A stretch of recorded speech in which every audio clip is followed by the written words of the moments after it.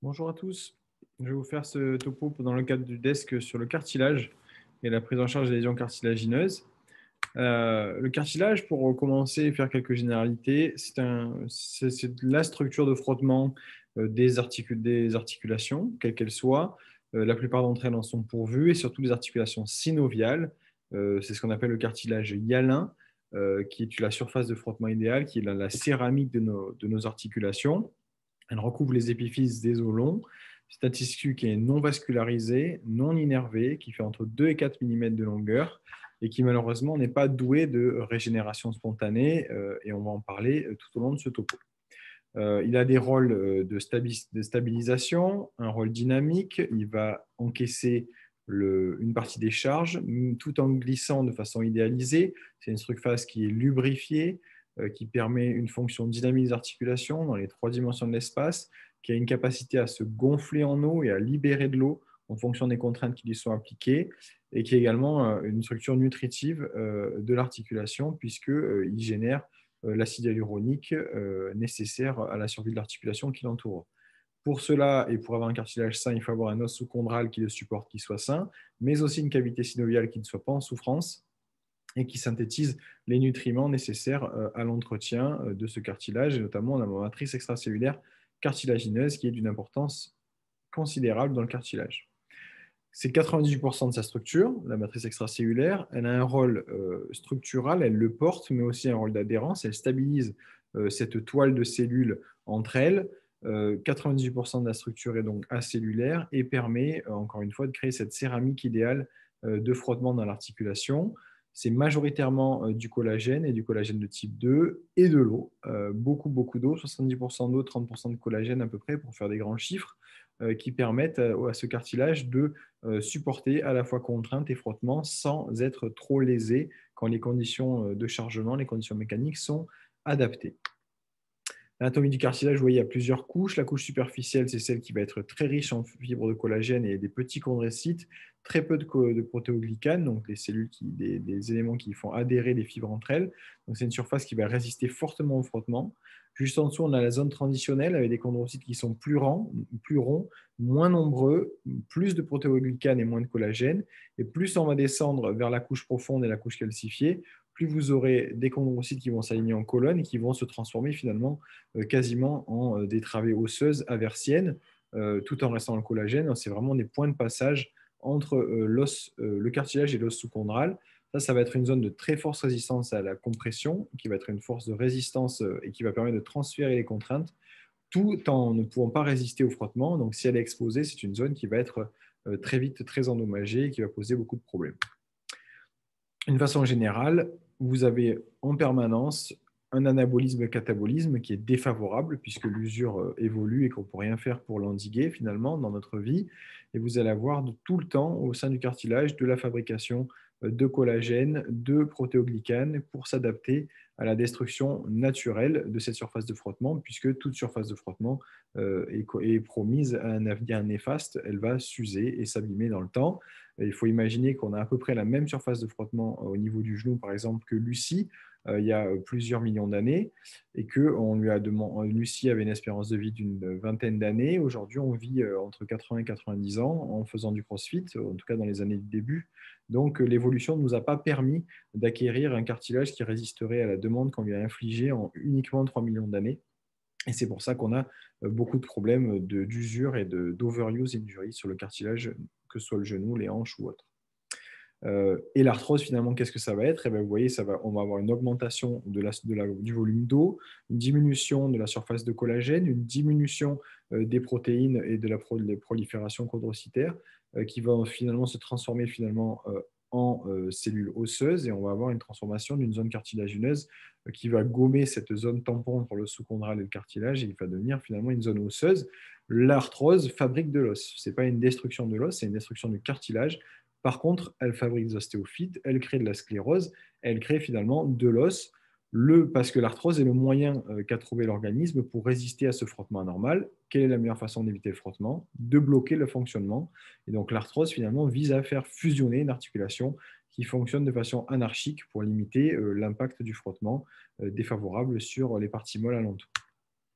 Il y a deux grandes classifications. Alors ça, c'est la classification la plus ancienne, la classification ICRS, qui va finalement grader l'usure du cartilage en fonction de l'importance de la profondeur de l'atteinte. Cartilage normal, donc toutes les couches sont indemnes. Et puis on va aller vers une anomalie en fonction de l'atteinte de 50% ou plus de 50% de la surface cartilagineuse de 2 à 4 mm. Le stade 4, le plus usé, est celui où il y a une atteinte de l'os sous-chondral qui est mise à nu. Celle qui est plus utilisée parce que c'est la classification arthroscopique, celle de Outerbridge. Vous voyez, cartilage normal 0, cartilage assoupli, tuméfié. Là, encore une fois, le volume d'eau augmente. Donc, on voit au palpeur que c'est quelque chose qui devient mou.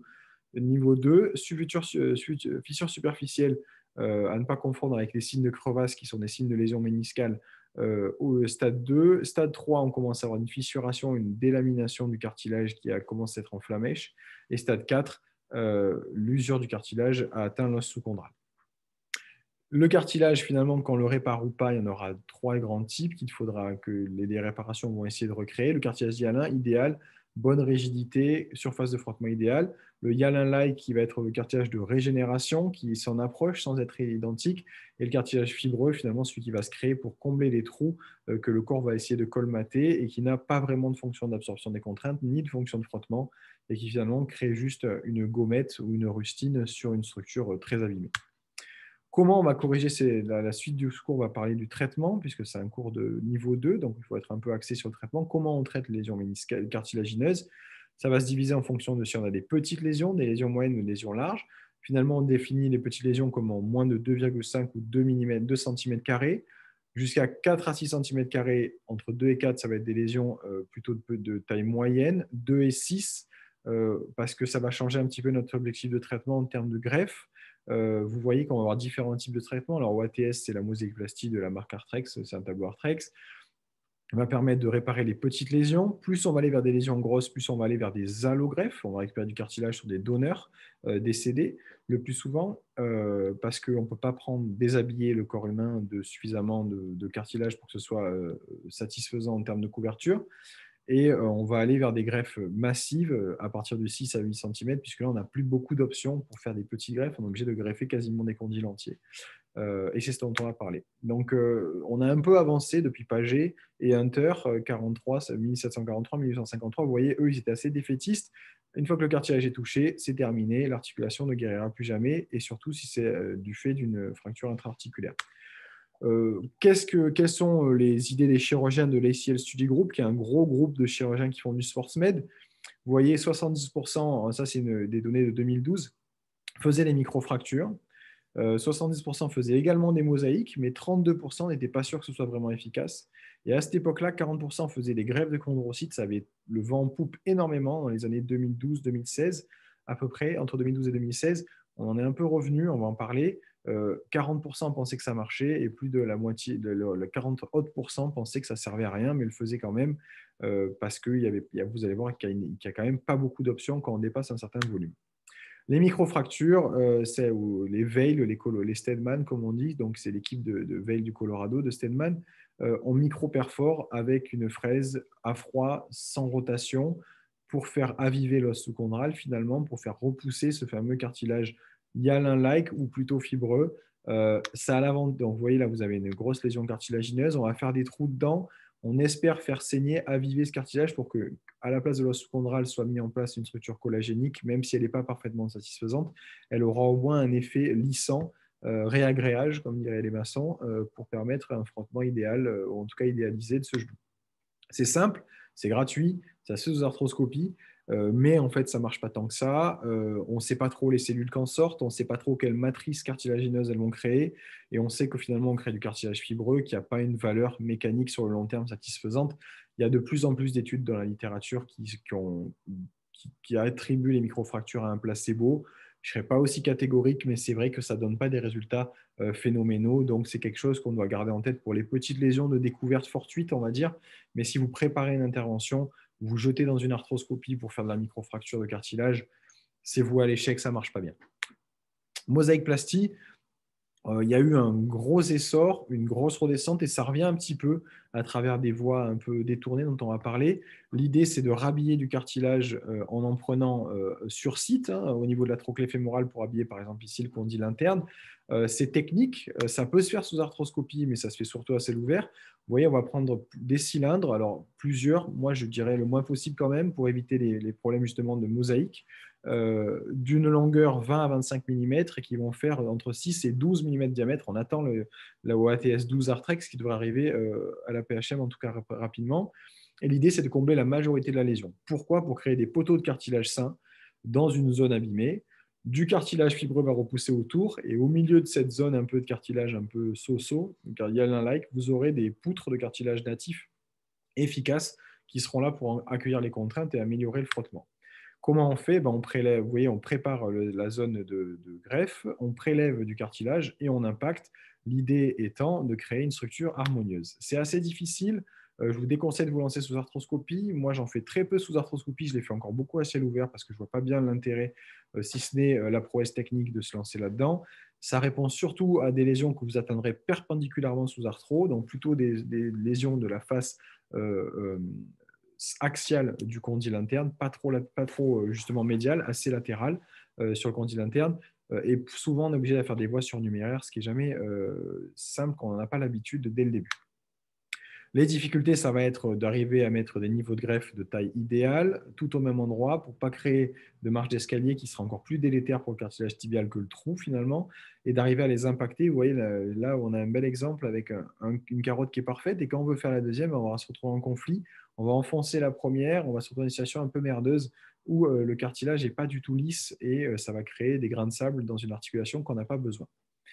Le mosaïque mauvaise indication, là vous voyez on n'a pas assez enlevé de cartilage, c'est une usure qui est majeure, on a mis 2 mauvais plots au sein d'une zone complètement mafrée. Là on n'est pas sur la bonne indication, là il faut partir sur du massif ou on va dire de l'autogreffe cartilagineuse dont on parlera à la fin.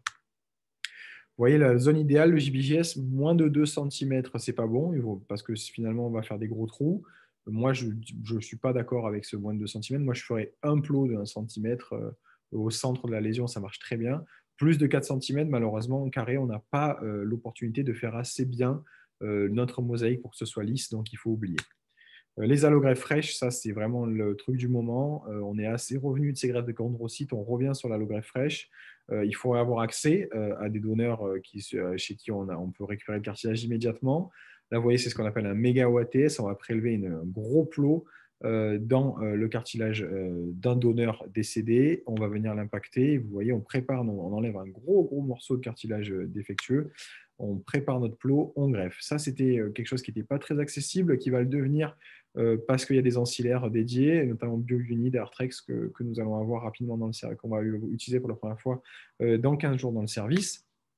Il ne faut pas oublier donc du coup les allogreffes par OATS. Vous voyez là, on a prélevé 4 plots qu'on a mis en place sur une grosse lésion. Adjonction d'une ostéotomie parce que gros varus chez cette patiente, mais peu importe. Et vous voyez, on fait une allogreffe massive aussi, mais avec des plots plus petits en faisant cette mosaïque en allogreffe. BioUni, c'est l'image que vous avez. Je vais essayer de bouger ma photo.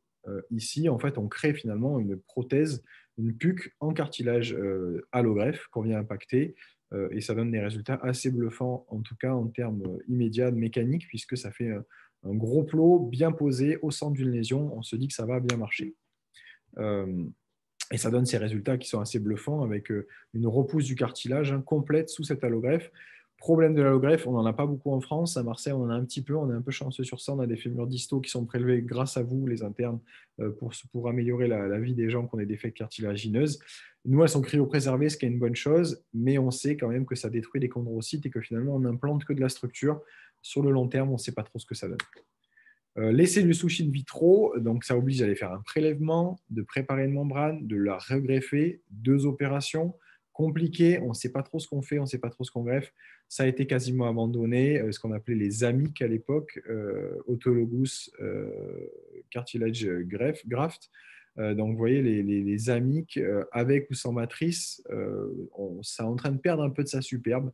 Les Allemands en font beaucoup encore. En France, on n'en fait quasiment plus. Et aux États-Unis, c'est vraiment l'allogreffe massive qui a pris le relais, en tout cas qui est le plus prometteur. Vous voyez, on va prélever dans un premier temps, fabriquer une membrane de cartilagineuse par génie génétique, ça coûte un œil, évidemment, qu'on vient suturer sur l'os en espérant que ça ne se détruise pas tout de suite et que ça reste en place. Pas un grand croyant, on va dire. Mais on y croit. Après, ce qui se fait, c'est des matrices sans cellules. Ça s'est beaucoup fait. Moi, j'ai appris ça à Versailles de Nicolas Pujol et Philippe Beaufils. C'est assez propre. Vous voyez, on vient préparer la surface, on vient faire des trous et on vient greffer cette petite membrane cartilagineuse en la pinchant avec des petites agrafes. Il y a un cas, je vais vous montrer tout de suite un cas arthroscopique sur un défect un peu plus important qui est assez joli, qu'on avait fait avec Nico Pujol à Versailles. Donc là, on est dans le genou en rang, vous avez le LCA, bon, peu importe. Vous avez cet énorme défect cartilagineux au niveau du condyle externe qui pose problème. On va venir le réséquer. Vous voyez, le ménisque externe est nickel, mais là, vous avez cet énorme flap. On vient réséquer, on vient aviver, on enlève tout le cartilage. Là, vous allez voir qu'on a des nouvelles options qui viennent de se rajouter à notre portfolio. On avive un peu pour permettre au sang de venir habiter la membrane qu'on va créer. C'est du collagène bovin ou équin, le plus souvent en tout cas, qui est recréé. Il y a aussi du collagène recombinant humain qui existe, mais c'est cher et mal accepté en tout cas par les autorités de santé. On va faire des trous pour pouvoir aviver un petit peu également et pouvoir aller chercher cette membrane cartilagineuse. Et là, on va mesurer, on va faire le sizing. Vous voyez, on met une petite règle à l'intérieur du genou. On mesure la taille. On vient découper notre surface cartilagineuse à la taille idéale. Et cette surface cartilagineuse, là, on a coupé l'eau de l'arthroscopie pour l'introduire. On va venir la poser dans la zone, l'appliquer tranquillement avec, il faut y aller mollo avec sa pince, pour ne pas l'abîmer, l'appliquer tranquillement avec un palper ou n'importe quel objet un peu plat. On remet, on coupe là, et là vous voyez qu'elle est déjà gorgée de sang et elle va venir s'autodilater et prendre la place, vu que c'est une surface d'appui. En limitant la flexion quelques semaines, ça va venir s'intégrer finalement à l'os. Les résultats sont surprenants. AutoCart, c'est la dernière nouveauté. Ça correspond au RIA que vous voyez pour les greffes osseuses dans une version cartilagineuse. Cette fois, on peut brancher un récupérateur sur le shaver et sur des lésions comme ça chondrales, on va venir aviver le tour de la lésion, récupérer le cartilage abîmé. L'autocart va le compacter à la sortie du shaver. On va activer ou en tout cas gluer tous ces petits morceaux de cartilage qui font moins d'un millimètre ensemble avec de la fibrine qu'on récupère dans le sang du patient. Et c'est ça qu'on va venir, et c'est ce qu'on va venir greffer sous arthro, lentement mais sûrement, tapisser comme il faut la surface cartilagineuse. C'est extrêmement prometteur, c'est très en vogue. Il y a beaucoup de gens qui en parlent. Il y a beaucoup d'argent qui a été mis aussi sur la table de la part de l'armée américaine pour développer ces implants. Arthrex en Europe a le vent en poupe et on a cette solution aujourd'hui à Sainte-Marguerite. Donc, c'est quelque chose que je pense on verra de plus en plus en espérant que les résultats soient aussi bons sur le long terme que ce que montre Brian Cole sur ces images qu'il vient de publier en juillet de cette année, en 2020. Ne pas oublier les bases pour un message final sur le cartilage. L'usure dépend de facteurs clés. Stabilité du montage, conditions de chargement, nombre de cycles. Si vous avez une anomalie d'alignement, il faut la corriger. Si vous avez une anomalie ligamentaire, il faut la corriger. Et dans l'idéal, corriger les conditions de chargement, surpoids, sport à outrance, etc. Si on est sur la gestion du cartilage, il faut expliquer aux gens qu'on est sur une stratégie genou confortable. Pour avoir une vie normale, on arrête les sports à outrance et on corrige tout ce qu'on peut, tout ce qui est anormal dans le fonctionnement de ce genou. Ostéotomie, ligamentoplastie, réparation ou greffe méniscale s'il faut, pour protéger le cartilage que vous greffez. Sinon, bien sûr, c'est voué à l'échec. Merci de votre attention.